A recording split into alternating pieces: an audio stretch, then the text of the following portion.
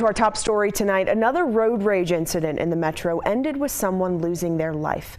But new details about the case say the person who died may not be the victim in this case.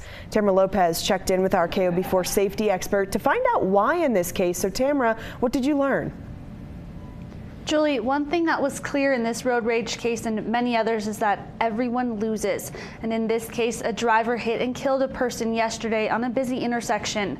A rep for Albuquerque police say details about what led up to the road rage incident are still under investigation, but APD says that driver hitting and killing the person is under investigation now as a justifiable homicide.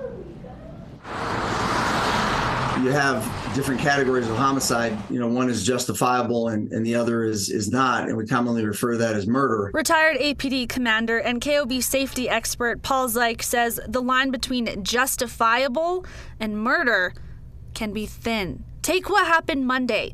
Albuquerque police had the road blocked off at Paseo and Eagle Ranch Road after a man was hit by a driver. That man later died, and now police are investigating his death as a justifiable homicide. In this case, we're talking about defending their life, and it's really going to come down to whether or not it was an imminent threat and whether it was reasonable to carry out such an action to defeat that imminent threat.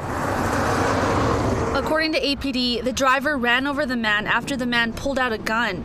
And this all happened after an alleged road rage incident. Zeich says officers have to decide what makes a homicide justifiable. Some of the factors that could also come into play would be what type of witnesses do you have? Do you have people that are willing to step forward and tell the story to you? He says they also take into account what the person who did the killing says. And again, whether or not they really were afraid for their life. We don't often think about our car being a little bit of a safer option against maybe somebody who's presented a firearm and they're aiming a weapon at you, but it is. While the investigation continues, Zeich says there's a lot of things you can do to de-escalate road rage incidents, but there's one major thing he always shares. My advice involving road rage is you just don't participate in it. You literally do everything you can to ignore that other person. According to an APD rep, there have been no arrests made yet in this case, and Zeich says when that's the case, it strengthens the justification behind justifiable homicide, since officers may believe the person was truly acting in self-defense. Julie? All right, Tamara, thanks so much for the breakdown.